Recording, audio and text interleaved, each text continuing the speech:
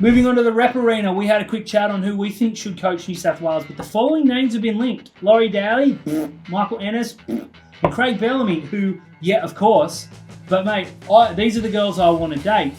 Jennifer Hawkins, Avril Levine. It ain't going to happen. He's not going to drop out of the Storm. The Storm has said no. They've said we don't want an NRL coach. What's wrong with Justin Holbrook? What's wrong with Jeff Tuvey? Josh Jackson, the names we discussed. If they lock in Laurie Daley, yuck. Michael Ennis, yuck. I'll tell you what, Jeff Tuvey has been written off as never to coach again. He's failed stint at Manly, he's failed stint at Bradford. There is just something about him where people won't touch him, and I don't think it would be a good selection for New South Wales, which is why I hope they do pick him up.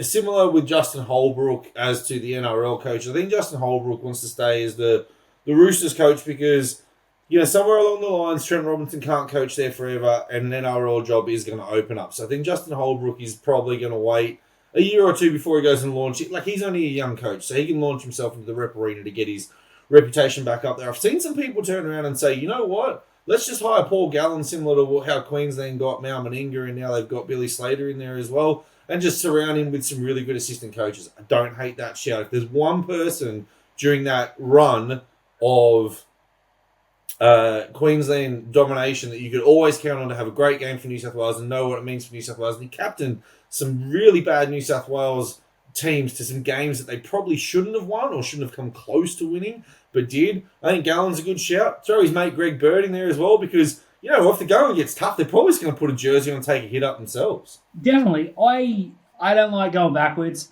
I don't think Laurie Dale is the answer. I don't like listening to him talk football. I don't like his vision on football. I'm just not a fan.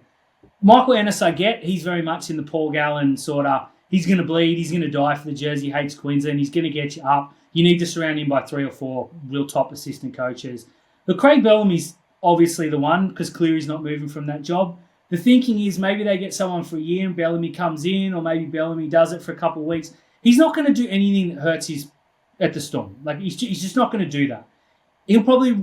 We're supposed to retire at the end of next year, but he's supposed to retire for the last 3, so I wouldn't count on that. My feeling is that Billy Slater's going to go into Melbourne. Bellamy's going to go up into a coaching director and he's going to take over New South Wales. That I can absolutely see happening, but not right now. I just think you need to put someone in who's not Laurie Daley, and anyone that's not Daley or Fittler or Alexander or Johns or any of those group, because they oversaw an utter failure. It is what it is. They lost to some pretty, okay, all Queensland sides are good, but not very good ones, and that COVID end of year one was reserve grade worthy in a half-dead Cam Munster off a 6-week bender. I'll never forgive them for that. I think Bellamy's the one they got to chase for next year, and if they got to put an interim in, so be it, throw in in. I don't care, write this one off, win the next 10. But if it's Laurie Daley, Terry, so help me, Joe.